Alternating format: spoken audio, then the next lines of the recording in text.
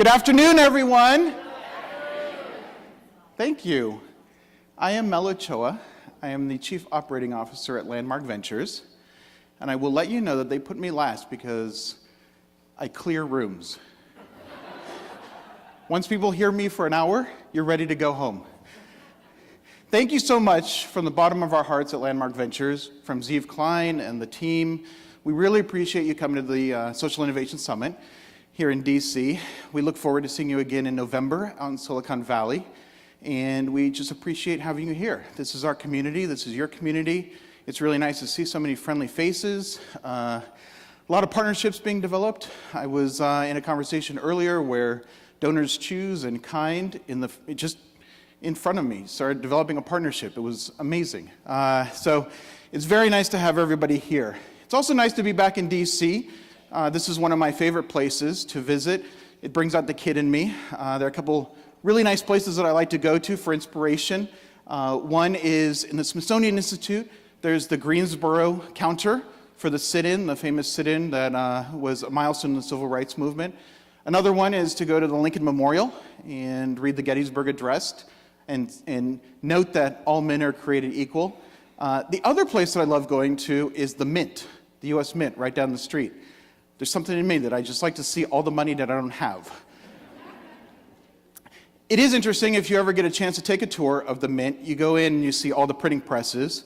And one time when I was on a tour there was a nice lady with a sign next to her workstation that said, "Close but so far away." All the millions of dollars going past her every day. I feel like that all the time. Close but so far away. Speaking of money, does anyone have a $1 bill on them that they can pull out? All right, $1 bill. You have a $1 bill?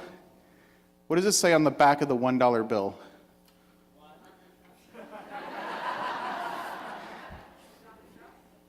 What else does it say there, sir? E pluribus unum. Thank you.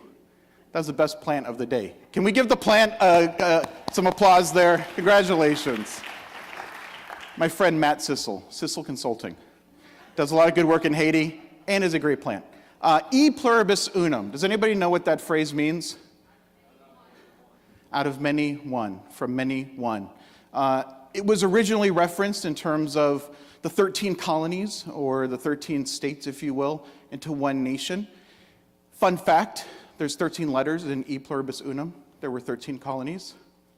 I'll give you a second to write that down so you can tell all of your friends. But more recently, scholars believe that instead of out of 13 colonies or 13 states into one nation, it was really referencing the many faces, religions, backgrounds, etc., the whole notion of the melting pot of our nation into one unified flag.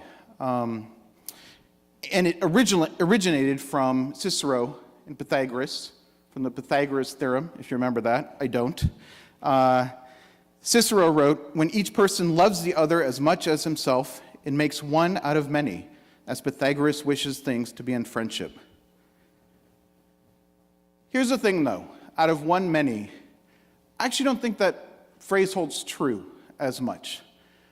I think we actually live in a time where it's out of many, some.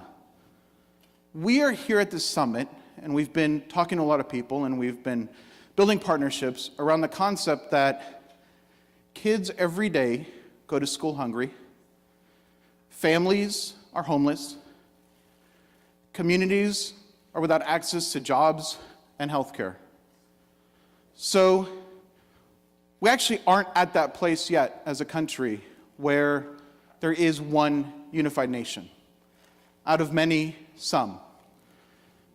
So we're going to explore that notion today because I truly feel that our gaps in this country are still as great as our gifts. Our gaps are still as great as our gifts. And the speakers we have lined up today are going to go in depth into what they're doing to fill those gaps so that we are unified across the board. And as we look at the last 2 days or so, we come to the room thinking, education, the achievement gap, is not only a PwC issue or a UBS issue. Sustainability is not just a Walmart issue. It's all of our issue. No one comes into the room thinking that they alone are going to solve the education issues we have in the country. So as we leave over the next in an hour, when you're tired of hearing me, let's just keep that in mind, that the partnerships that we've built, the conversations that we've had, the ideas that are heavy on our minds, that some is not good enough in our country. Out of many, some really has to be out of many, one. That whole notion of e pluribus unum. So I really will go through the next hour or so to really bring up some speakers to help add some color to that.